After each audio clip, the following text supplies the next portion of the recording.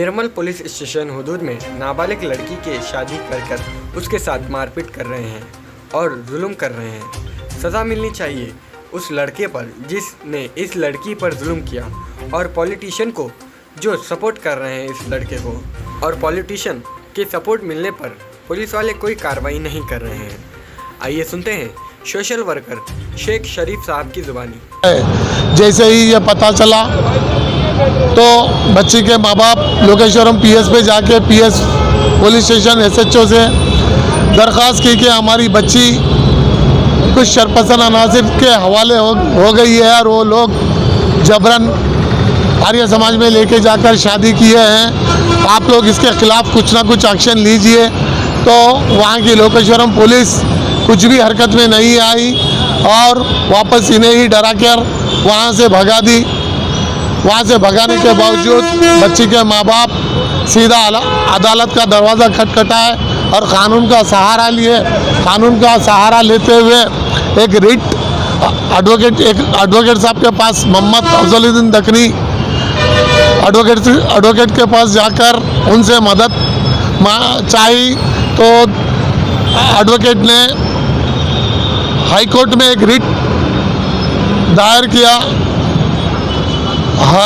हरबस Cowper's का petition दायर किया, कानून की मदद ली। कोर्ट ने सारा तफसीलात देखते हुए, बच्ची की कम उम्र देखते हुए बच्ची से बयान लिया। बयान लेने के बाद कोर्ट ये डिसाइड किया कि बच्ची कम उम्र है, लिहाजा बच्ची के माँ बाप के हवाले किया जाए। कोर्ट ने बच्ची को उनके माँ बाप के हवाले किया। इसके बावजूद तेलंगाना पुलिस इनकी कोई मदद नहीं की। लोकेश्वरम पुलिस जो निर्मल है वहाँ की पुलिस भी बिल्कुल कुछ मदद नहीं की। नहीं करने पर बच्ची के माँ बाप बच्ची को लेकर हमारे Telangana state home minister Mahmood Ali Sahab के पास अपनी तकलीफ इजहार किया। तो यहाँ से भी अच्छा रिस्पांस, उम्मीद बख्श रिस्पांस नहीं मिला। नहीं मिलने की सूरत में फिर वापस कोर्ट का ही दरवाज़ा खटखटाने का कोशिश किया जा रहा है। इंशाल्लाह कानून का ही सहारा लेने की ज़रूरत पड़ रही है। तो हम उम्मीद बख्श जवाब नहीं मिलने से वापस एक और रिट दायर करने पे मजबूर होना पड़ रहा है। कुकटपल्ली पुलिस स्टेशन लिमिट्स के तहत शक की बुनियाद पर शौहर ने किया अपनी ही बीवी का कत्ल।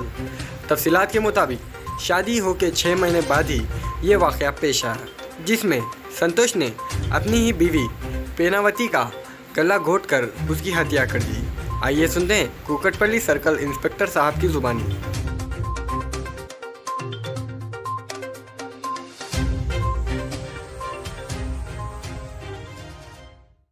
ఈ రోజు మార్నింగ్ 9 గంటల ప్రాంతంలో మన మూసపేట్ గూడ్సెట్ రోడ్ నుంచి ఒక ఫోన్ కాల్ వచ్చింది.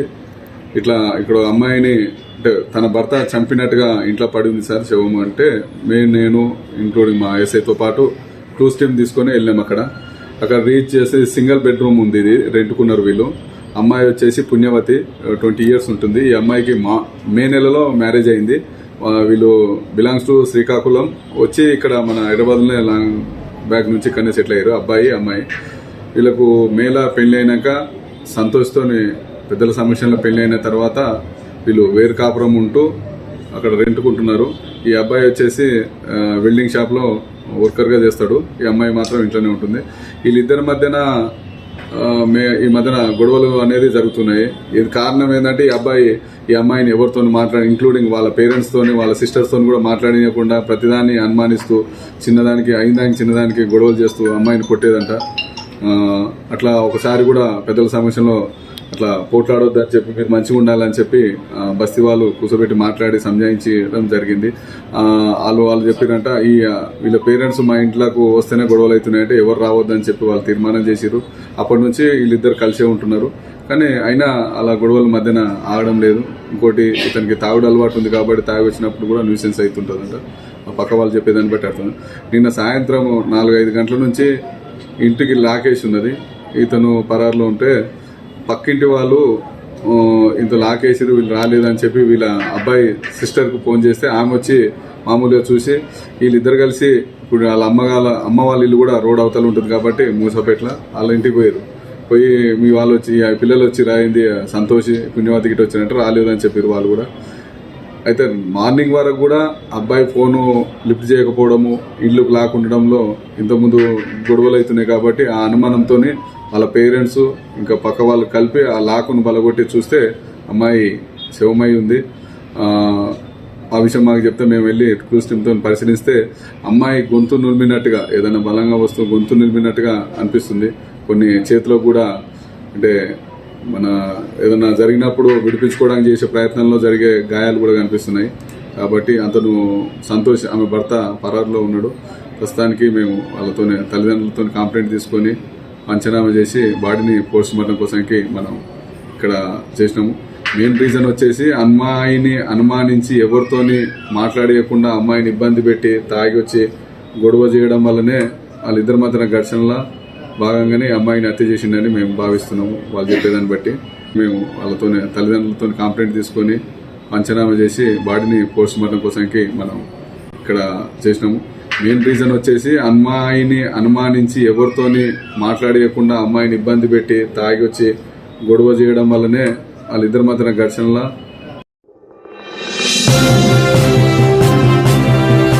होम मिनिस्टर जनाब महमूद अली साहब के साथ मलकपेट एमएलए जनाब अहमद बिन अब्दुल्ला बलाला साहब ने यूजेएफ TUWJF के अवार्ड सेरेमनी जो सालारे मिल्लत मेमोरियल ऑडिटोरियम में चल रहा था वहां शिरकत की।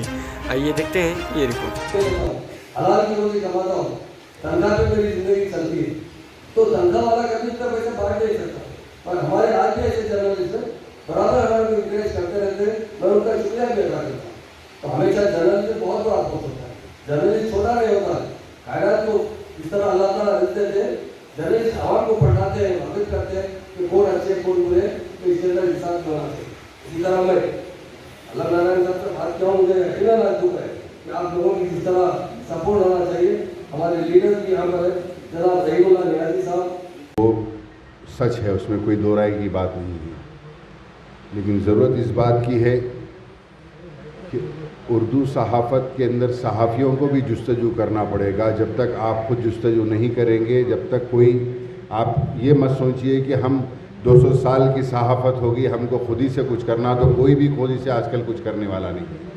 आपको जाकर, हाँ ये ज़रूरी है कि जैसे महमूद अली साहब हुकूमत के मिनिस्टर है, हम एक अवामी नुमाइंदे हैं हुकूमत के अंदर, हम आपके ज़रिए आपके साथ चलकर आपके जो भी मुतालबात है उसकी नुमाइंदगी ज़रूर करेंगे, और इंशाअल्लाह ना सिर्फ नुमाइंदगी करेंगे बल्कि हासिल करेंगे। जिस तरीके से उर्दू जर्नलिज़म के अंदर एक्रीडेशन उर्दू घर मुगलपुरा में उर्दू शहाफत प्रोग्राम अमल में आया, जिसमें मेहमान खुसूसी होम मिनिस्टर जनाब महमूद अली साहब ने की। आइए देखते हैं ये रिपोर्ट।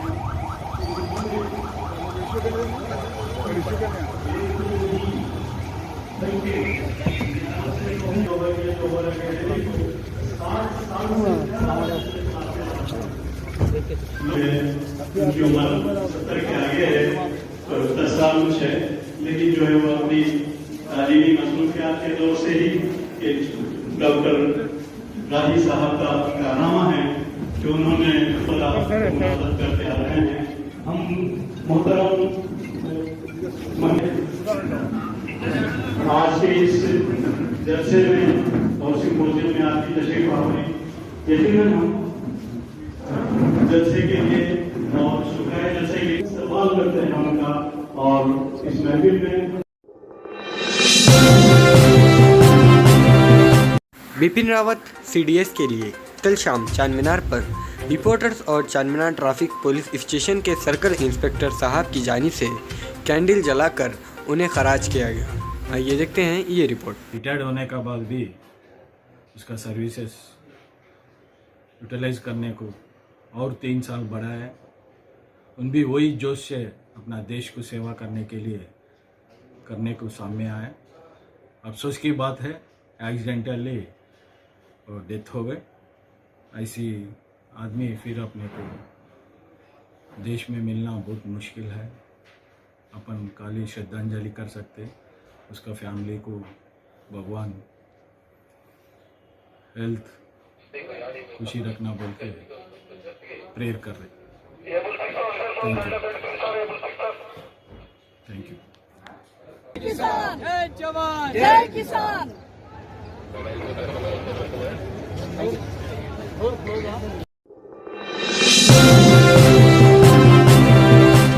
कांग्रेस पार्टी की जानिब से चलो चारमीनार के नाम पर एक रैली निकाली गई, जिसमें माइनॉरिटीज़ में धोखा मिलने के दावे पे ये रैली निकाली गई।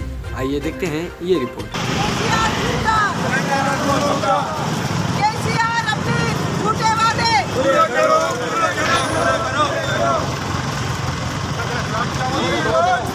आगे जाने के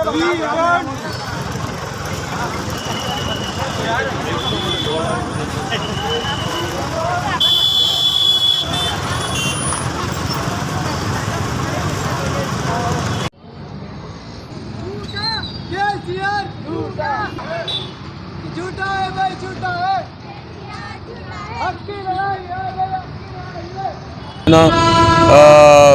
जुडिशरी पावर देते बताए थे और कई वादे किए जो नामुकम्मिल हुए, इसीलिए आवाम के बीच हम आए हैं। उनके जो वादे उन्होंने नहीं किया है और आगे जो अभी टाइम है उनके पास, मगर वो करना नहीं चाह रहे, आवाम को धोखे में रखना चाह रहे। इसीलिए हम आवाम को बताने के लिए हम ये रैली मुनाकिद किए हैं।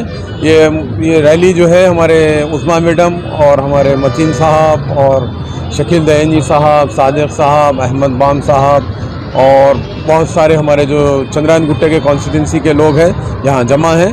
ये रैली अब यहाँ से स्टार्ट होने वाली है। यहाँ कुछ भी नहीं हुआ है और असदुद्दीन ओवैसी यहाँ पे आवाज़ उठाने के बजाय बॉम्बे जा रहे हैं। बहुत ही तकलीफ की बात है। अवाम के साथ कैसा खेला जा रहा है, उनके जज्बात के साथ कैसा खेला जा रहा है। शुक्रिया। मस्जिद के सेक्रेटरी के ताल्लुक से भी जो मोहम्मद अली शबीर का एक्स-मिलिट्री का हाल ही में बयान आया था कि बेवकूफ़ बनाया जा, क्या मुसलमानों को बेवकूफ़ बनाया जा रहा है? वाकई में मुसलमानों को बेवकूफ़ बनाया जा रहा है।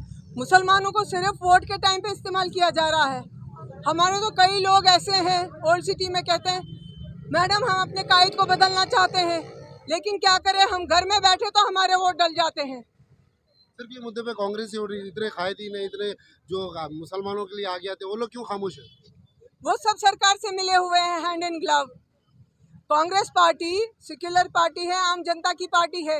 कांग्रेस पार्टी को दर्द है आवाम का, इसलिए हम लोग आवाम के लिए आवाज उठाते हैं। मुद्दा कंटिन्यू चलते रहेंगे, कांग्रेस पार्टी उठाते रहेंगे जी, कंटिन्यू चलता रहेगा जब तक हमारे को हमारे हकूक नहीं मिलते, हमारी बेहतरी के लिए, हमारे मुस्तकबिल के लिए।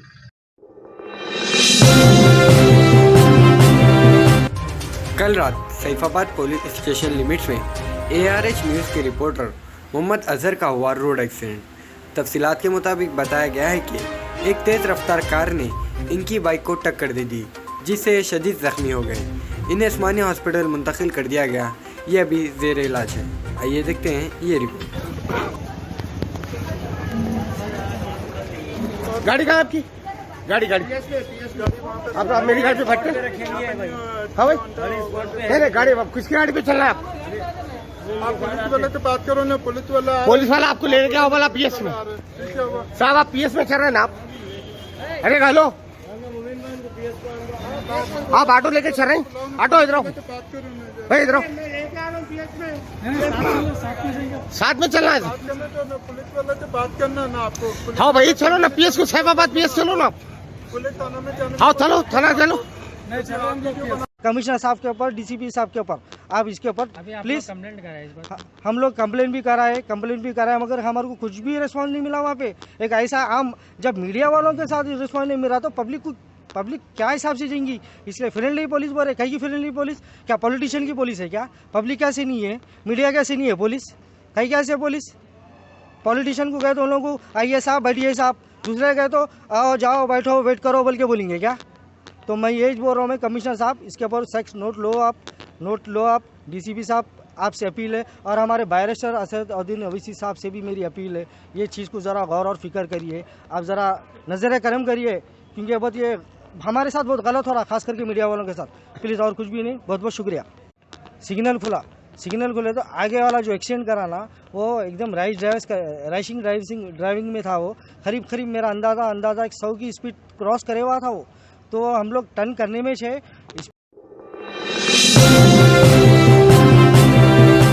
मोहम्मदिया लाइन्स में खुलेआम दिन दिवाले चोरी हो रही है।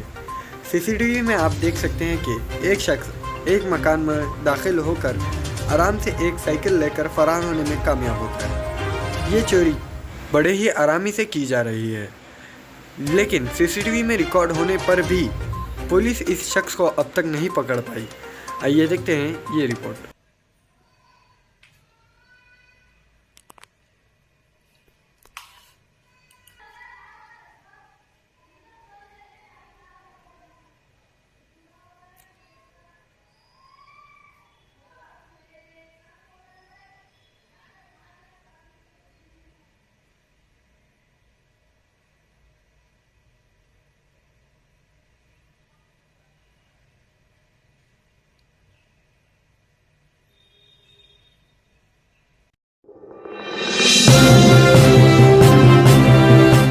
एक्ट्रेस महरीन प्रेज़ादा ने ग्रीन इंडिया प्रोग्राम में हिस्सा लिया और मीडिया से बात करते हुए कहा कि सभी लोग इसमें हिस्सा ले तेलंगाना को ग्रीन बनाएं।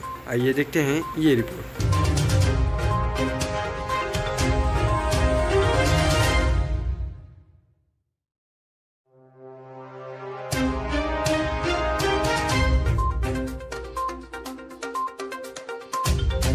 అందరికీ నమస్కారం. నేను మీ మెహరీన్. నేను ఇప్పుడే గ్రీన్ ఛాలెంజ్ ఇండియాలో పార్టిసిపేట్ చేశాను. సంతోష్ గారికి చాలా thanks for making this happen for me. And nature I think it is the most important part to our being, and we are environment is very important for our generations to come also, and I think it's very important to plant more and more trees and make this environment and make this place a better place to live in. So please plant more trees and green India, clean India, and so that our generation to come can breathe better oxygen and have a better life. Thank you.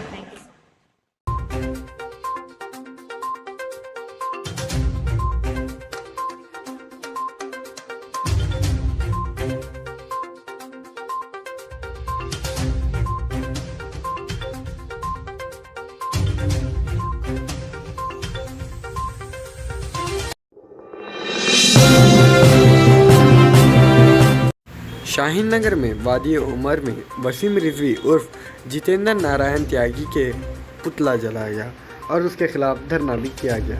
आइए देखते हैं ये report. नौजवाना ने वादी उमर की जानिब से वसीम रिजवी का एक पुतला नज़र आतिश किया गया है। उसने जो साबिक़ा दिनों में नबी करीम सल्लल्लाहु अलैहि वसल्लम की गुस्ताखी की, वो हमारे लिए बड़े दिल का रंजो अलम व कर्ब की कैफियत है। हमने नौजवाना ने वादी उमर ने इस अपनी कैफियत का इजहार करते हुए इस पुतले को नज़र आतिश किया है और हुकूमत तेलंगाना और हुकूमत हिंद से हमारी गुजारिश है कि वसीम रिजवी को कीफ़र किरदार तक पहुँचाया जाए और उसने जो हमारी दिल आज़ारी की गुफ्तगू की है, हमारे नबी की तौहीन की है, उसको जो है सख्त से सख्त सज़ा दी जाए। बल्कि हमारा मुतालबा है कि उसको फांसी दी जाए। उसने मुतअद्दिद मरतबा अभी तक मज़हब इस्लाम के मुताल्लिक़ मुख्तलिफ़ पहलुओं से बदतमीज़ियाँ की हैं और अब उसकी बदतमीज़ी इंतहा को पहुँच गई है। हमारे नबी की शान व अज़मत में गुस्ताखी कर रहा है। तो लिहाजा हमारी हुकूमत हिंदुस्तान और हुकूमत तेलंगाना से गुजारिश है कि वो उसके लिए सख्त से सख्त कार्रवाई करे और हम भी क़ानून के रचाकोंडा पुलिस ने 6 गैंग मेंबर्स को गिरफ्तार किया जो इंटरनेशनल गाड़ियां चुराते थे। आइए देखते हैं ये रिपोर्ट। పట్టుకోవడం జరుగుతుంది, దానికోసం టీమ్స్ ఆపరేషన్లు ఉన్నాయి. ఈ దొంగతనాలు మన సైబరాబాద్ కమిషనరేట్, మన పక్కన సైబరాబాద్ కమిషనరేట్తో పాటు రాచకొండ కమిషనరేట్లో కూడా ఈ దొంగతనాలు వీళ్ళు చేశారు. కీసరా పోలీస్ స్టేషన్లో, నాచారం పోలీస్ స్టేషన్లో, మల్కాజ్గిరి పోలీస్ స్టేషన్ లిమిట్స్లో, కుషాగూడ పోలీస్ స్టేషన్ లిమిట్స్లో ఈ దొంగతనాలు వీళ్ళు చేశారు. ఎందుకంటే ఇప్పుడు ఒక వెపన్ ఎంత ప్రమాదమో సమాజానికి, vehicle also can be source of crime, committing an offence. So ఇట్లా డిఫరెంట్ వెహికల్స్ థెఫ్ట్ చేసిన తర్వాత దీన్ని వేరే వాళ్ళకు క్రిమినల్ గ్యాంగ్స్కి అమ్మడం మూలంగా ఈజీ ఆపరేషన్ మొబిలిటీ వాళ్ళకు ఉంటుంది. దాన్ని కూడా కట్టెలు చేయడం జరిగింది. ఈ operation inter state automobile theft గ్యాంగ్ను అరెస్ట్ చేయడం మూలంగా వీళ్ళు డిఫరెంట్ మెథడాలజీ, డిఫరెంట్ ఫేక్ నంబర్స్ను కార్ నంబర్స్తో పెట్టుకోవడము, దాని తర్వాత వాళ్ళు అప్రాపరియేట్ టైమ్స్లో వాళ్ళు ఇంటెలిజెంట్గా బిహేవ్ చేసి నంబర్స్ చేంజ్ చేయడము, డిఫరెంట్ మెకానిజంతో కార్స్ను దొంగతనం చేయడము చేశారు.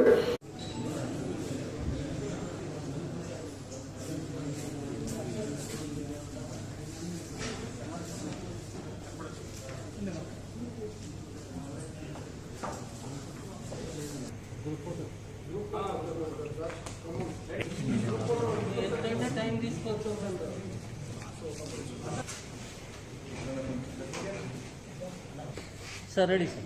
Ready, sir. Sir, ready.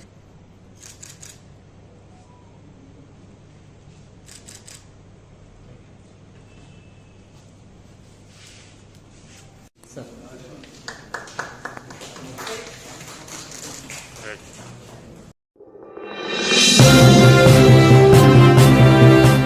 AMM president Hyderabad MP जनाब बरिस्टर असदुद्दीन अवैसी साहब की हिदायत पर याकूतपुरा एमएलए जनाब अहमद पाशा कादरी साहब ने चंपापेट इलाके में जारी याकूतपुरा वाटर पाइपलाइन के कामों का आला अहदेदारों के साथ जायज़ा लिया और इस काम को जल्दी तकमील करने के लिए हिदायत दी।